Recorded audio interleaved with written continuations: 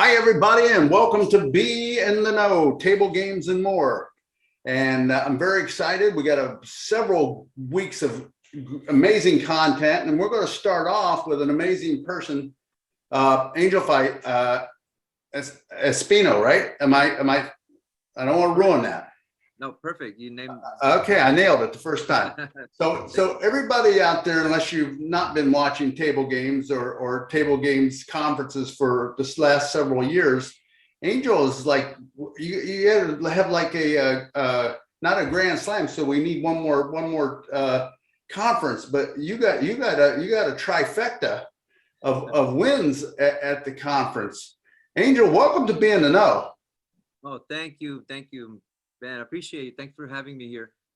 It's an honor to be here. I follow your podcast and just the amazing people that we had guests. So to be in that circle, it's definitely a huge. I'm so happy to be here. So before we get to all this game developing and this crazy stuff that, man, I envy people who could have all these out of the box ideas on table games. Tell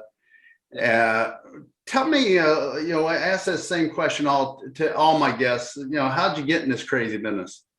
Well, I got into the gaming industry in '97. They closed the factory where I was working at, and I was looking for work. And a friend of mine is like, "Hey, they're hiring cashiers in this casino by your place." So I was like, "Really?" So I went out there, applied for a cashier, and they told me, "No, we just filled that position, but we're hiring for dealers." So I got into dealing in '97. But then I got into the gaming industry about 6 years ago, into game development, all by accident. It was complete out of the blue. I was dealing to a guy and I asked a simple question and he said, I was asking about, well, he didn't want to hit a card, but he said he knows if he hits, he's going to bust. And I said, well, don't hit. He said, but I got to hit. And then the guy hit, he busted. And I go, well, what if you can burn that card? And the guy goes, I would pay to burn that card. And that's how I came out with Blackjack Burnout. And I was like, click, light bulb went off. And then here we are 6 years later. Wow, that's amazing too. And I was reading online the story and the review, some of the reviews, and I watched your video that Mike Shackelford did with you on Blackjack Burnout. And I was thinking, so the first time an idea popped in my head was like 1997, I think, and it was a game called Surrender Blackjack. And what it was, now your game, the first two cards you can't burn, right? But mine was. If you didn't like your card, you take it, you throw it away, throw away one, right? And you surrendered half your bet to do such. You think that would be a big advantage to take somebody half their bet right off the bat, but it wasn't. I had to go all the way to even money on blackjack to get that game where it was profitable, and I just didn't want to go there. So I give up on it. I never even thought about another game for probably 10, 12, 15 years after that. But I was really surprised. It was very, very close to Blackjack Burnout. Yeah. Yeah, I like the concept up front because you can judge your first two cards against the dealer's card. So if you can like burn a 2 and you have a 10, now you have a hard 12, but burn that 2 and hopefully get a 20. Actually, that's pretty, but you're right. Then you got to shave certain things to adjust the house edge and then hoping you can hit the numbers right. So the math always dictates the game at the end of the day. Yeah, and I'm always, I love Jeff Hall. He's one of the greatest guys in this. He's like one of them guys that you don't know if you can walk on the same ground with him. He's such a creative and genius. But I thought of that Surrender Blackjack long before, it was about 2 or 3 years before I think Blackjack Switch come out. And I'm thinking, if I'd only thought of Push 22, I would have had it. I'd have had it. You were right there. I was right there. I've been like that. The same thing. I came up with a concept of Craigslist way before 2, 3, 4 years before Craigslist come out. It's called For Sale LV, where I was using digital ads. And I'm like, oh my God, just dollar short. So let's talk about the Table Games Conference came back to life this year because Richard Marcus had a vision to do a conference. And, I said, listen, if you're going to do a conference, the table games conference, is gone. Raving give it up, and Casino Journal closed. Yeah. And I said that we need that. So then he made it a dual conference, and when it was all said and done, I had my doubts, but it worked out really, really well. It was good. There's some bumps. It was a first year conference. There was some bumps in the road, but it really went out here. But I love the table games conference. I mean, I love it. We've been to them conferences several times before, and I thought it was dead. I mean, I thought we were going to the funeral, and to see this thing come back. Yeah. And you know what? The Excalibur turned out to be a okay venue, just the right size for that conference. It was perfect for many reasons. Number one, I'm so grateful for Richard Marcus for doing it, because it kept my dream alive. Where else would I go to introduce the next game? Two, I feel it was the most successful conference in all the conferences I've been to for myself and my company. We had the most success. We have placements coming. We have so much interest. But the big one is that I've noticed the difference in attitude for operators, table games managers. It's almost like everybody was on the same page. They were looking for the next thing. And it's almost like COVID hit a reset button in the gaming floor. And so I it just seems like their mentality, their attitude towards, hey, let's see what else is out there. I really like that about the conference this year, is that before you pitch an idea and they're like, yeah, but is it better than this? Or is it better than that? Or can it do better number? What are your numbers? Now it's almost like everybody was saying, hey, something new, something fresh. We like that. So it's almost like COVID hit a reset button in the table game industry. So for Well, developers, it's a good opportunity. I think as a whole, it prodded the industry into a new way of thinking. Yep. I've always been a yielding utilization guy, but there's several was not. People thought that having 6 players on a game necessarily meant that a game was making money, and that wasn't necessarily true. If you got 6 $5 players and you could really move to 3 $15 players, you're costing yourself money. But the pandemic forced us to look at things differently. Things that we thought had to happen. People thought you had to give people mounds and mounds and dollars of free play to get them in the door.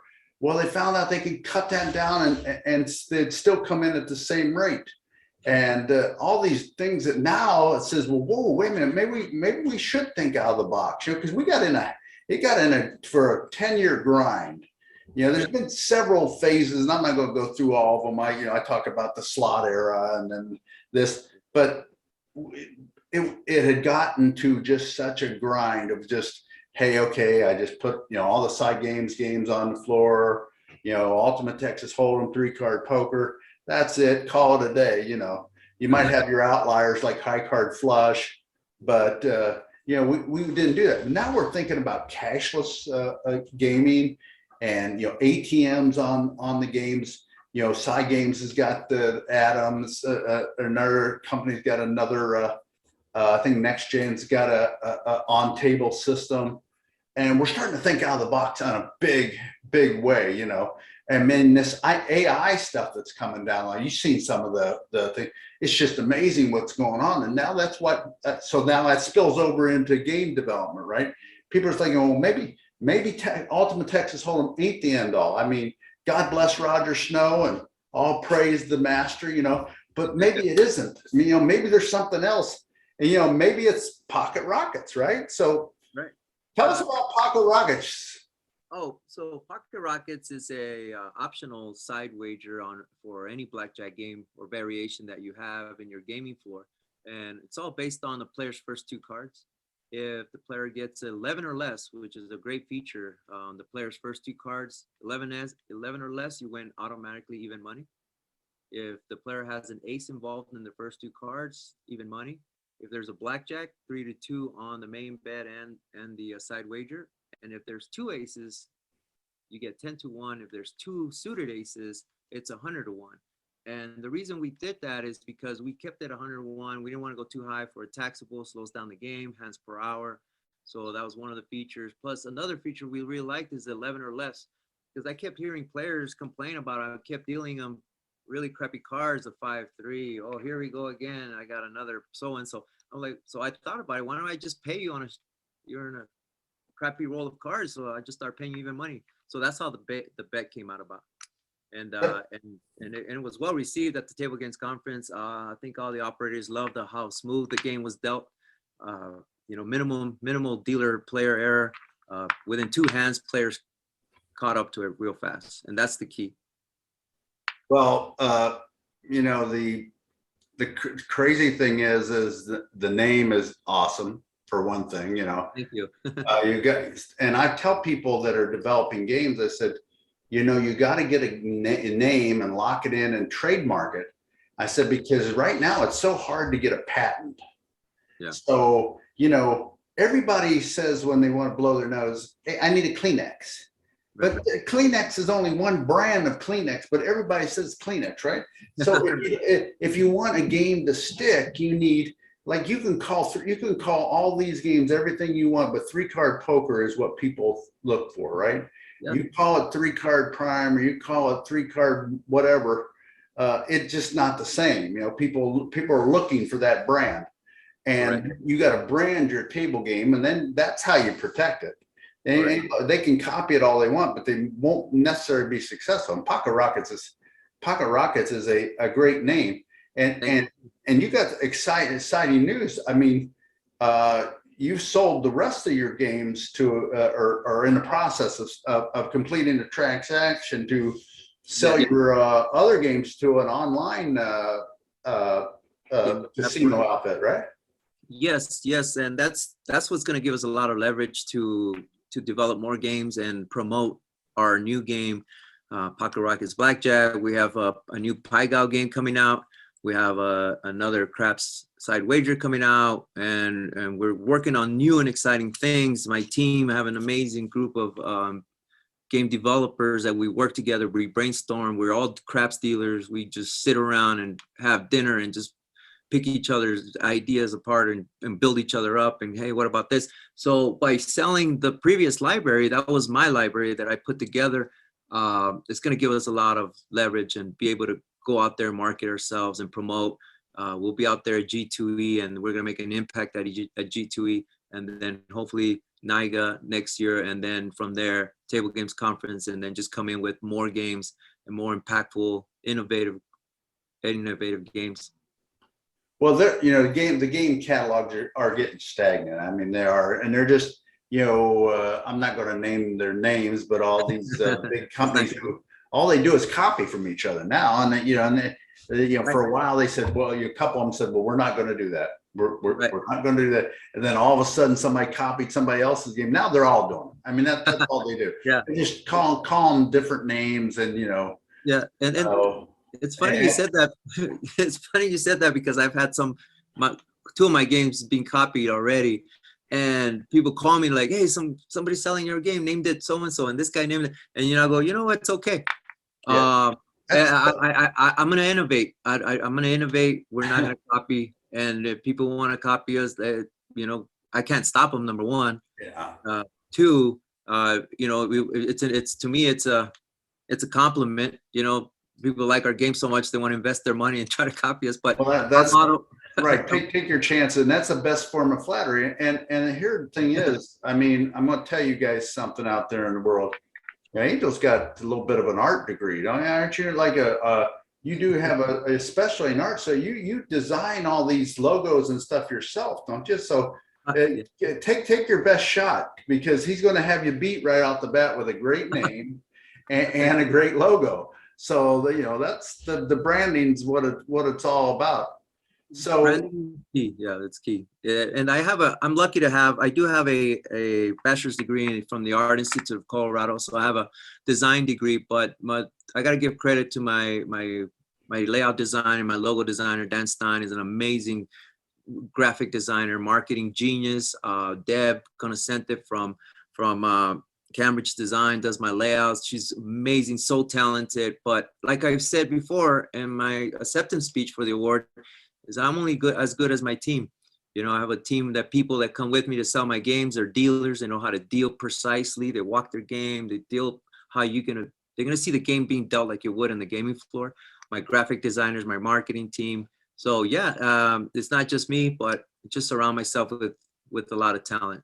Well, that's a big advantage, Angel. I mean, realistically, you're on the ground floor. I mean, you're there dealing to folks, and you have a team of dealers that are all creating these games.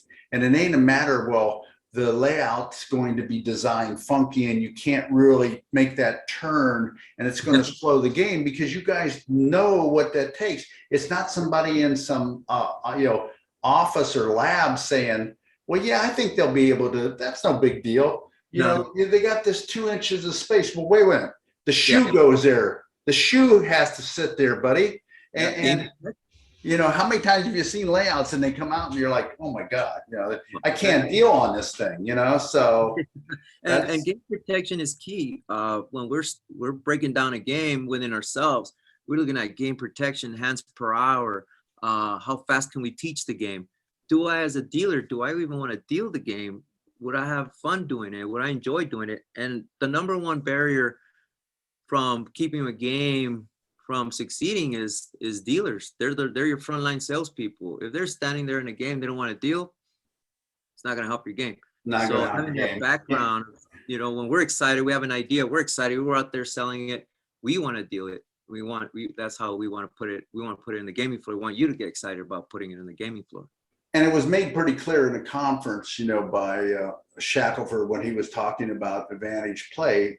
I mean, they're going to come after you, right? You got a new game. I'm going to try to pick and tuck and pull it apart, and I'm going to find a hole, and I'm going to take advantage of that hole, right? Yes. So being that you're, like I said, you are a dealer and you understand the protection issues that you face on a daily basis with games. Yes. A big advantage with your games. And I'm really excited to see what's next, what's happening, what's going on. So where are we at in 5 years, Andrew? Give me your 5-year plan. Oh, it's interesting. My good friend Colin, and was co-worker and developer, we just got off work at 6 and on the way home, that's one of his questions, like, where do you see yourself now? Where are we going to be in a year, 5 years from now? And so it's interesting you asked that. Well, I won't be working in the next year or two. I won't have a everyday job. I'm hoping that I'm just traveling, selling, developing. But I say in 5 years, we're just going to keep developing online games, slot games. We're working on ways to connect different features from online gaming to slot gaming we have so many ideas, but hopefully we can build a capital to explore those new ideas. We're already working with VR, with development, 3D modeling. We want to be able to put a lot of the new mindset of the next gamer was born with electronic device in their hands. So we got to think like them and design for them and for the next 5 years. So we want to be 5 years ahead of the game. So we have a lot coming. We love table games, but that's not what we're going to be limited to.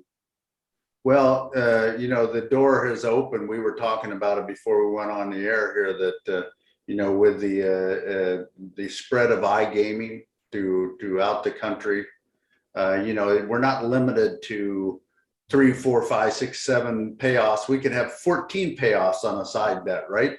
But it would be only on iGaming, because it would be too slow for a regular dealer, but it's not too slow for a computer. So the whole spectrum of what you can and can't do as a game developer has changed overnight, or changed with a signing of a pen and a change of a law, right? So it's definitely, and I'll tell you, I don't know if you've witnessed this firsthand or not, but the regulators are so much more liberal with what you can do on iGaming versus what you can do on a land-based casino. Like they're approving everything for iGaming. Yeah. But trying to get a game approved, like in my state, Pennsylvania, Oh, man, It's it's got to going go to through a take, field trial. It's got to go it's going to through. take years. Yeah, It's going to take years. But something you're going to put online, it'll go a lot more smoothly for you. So, I think so. Angel, congratulations on so that was your third win for number one, right? Correct. Yes, 3 in a row. Wow, well, that's terrible, man. You're dominating the market, man. I think you should go for 4 in a row. That'd be the home run, right? Yeah, we were talking about that. We would like to bring 3 games next year, and then and of course we shoot for first, second, and third. But to be honest, it's not about awards. Awards is great. Your peers recognize you, and I appreciate it. It means a lot to us. But you know what? It to us is to make an impact in the industry that we love. We care about it. We as dealers, we have friends and families that are dealers. We want to create something that's good for the industry, good for the players, and something that dealers like us enjoy doing. And we're excited to come to work and deal some of these games. So we want to leave an impact, an impression in the industry. But it, of course, the awards, no doubt. I mean, we love winning. Of course, it's what we shoot for. We're inspired by our competitors, and I appreciate all the developers. They all inspire us to just keep moving forward. But at the end of the day, it's just us trying to make an impact in the industry. Well, I challenge all the operators out there to say, hey, they heard about pocket rockets, and they go put it installed on their floor next and say, hey, it was seen live here on Be in the Know, right? So, all right, Angel, any last words for the audience? Yes. Well, first of all, I want to say thank you. Thank you so much for having me, Benny. I looked up to you. I looked up to all your guests. Just thank you for having me here. I'm so honored and grateful to be here in this opportunity. And for our guests, keep an eye on what casino gaming developments what we have coming. We're just getting started. We like to think that we're like Apple. We're just gonna start changing the game, and we're not gonna stop until we do. Stay one step, think different, right? Was that the Apple's? Yeah, think different. Think different, yeah. Those are crazy enough to think that they can change the world are the ones that actually do. They actually do it, don't they? Yes, sir. Okay, folks, coming up in the next few weeks, we're going to have some really cool stuff, some AI stuff, and some really guys that are just out there in the industry, and you're going to want to see that. So you see this subscribe button down here in the corner, you need to hit that thing and then hit that bell for notifications, and you'll know what's going to happen on the next B&O. Until then, remember, if you want table games information, you gotta what? You gotta be in the know. Thanks, Angel, again. Talk to you later, folks.